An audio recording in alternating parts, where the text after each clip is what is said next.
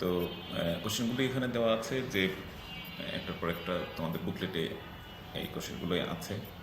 So বুকলেটের সলিউশনগুলো এখানে one after another, পাশাপাশি অবশ্য কিছুটা এক্সপ্লেনেশনও দেওয়া আছে।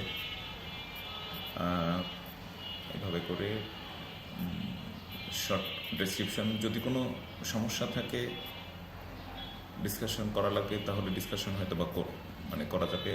অনলাইনে কোশ্চেন করলে আমি হয়তো বা সেগুলো অ্যান্সার বা এক্সপ্লেনেশন দিব।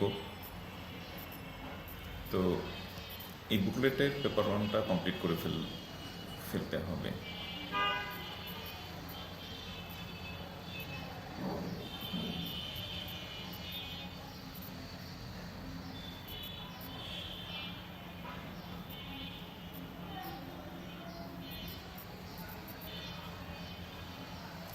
এই কোশ্চেনগুলো যদি বুঝে করে ফেলতে পারো যে কীভাবে অ্যান্সারগুলো আসছে, তো যে ধরনের কোশ্চেন পরীক্ষায় দিক না কেন সেগুলো মানে খুব সাকসেসফুলি অ্যান্সার করতে পারবা ইনশাআল্লাহ।